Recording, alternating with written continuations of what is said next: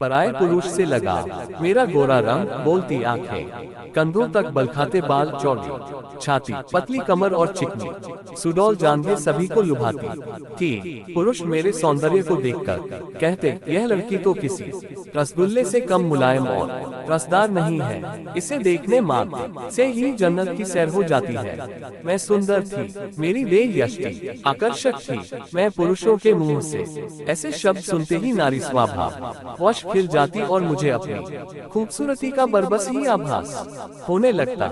मैं बुदबुदाए बिना न रह पाती, मुझ पर तुम सब मरते हो तो मरो, मैं किसी के हाथ नहीं आने वाली, मैं तो आग हूँ, आग मुझे पकड़ने के लिए पानी बनना होगा। मैं सुंदर हूँ पर इतनी भोली नहीं हूँ कि अपनी प्रशंसा सुनते ही तुम्हारी बाहों में समा जाऊंगी। मैं अभी सोच ही रही थी कि माँ की आवाज ने मुझे चौंका दिया।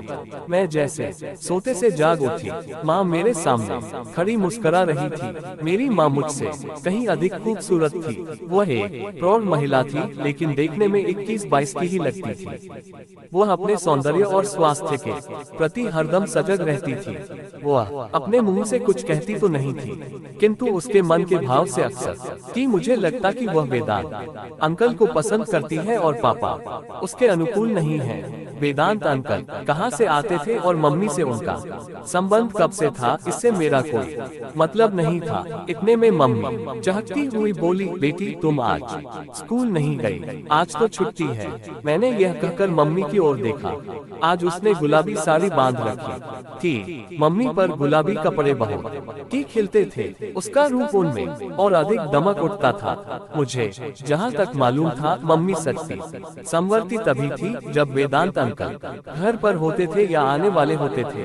वैसे तो सजना संवरना मम्मी के जीवन का एक अभिन्न हिस्सा था, लेकिन उस दिन वह विशेष रूप से साज श्रृंगार करती थी जब वेदांत अंकल घर पर होते।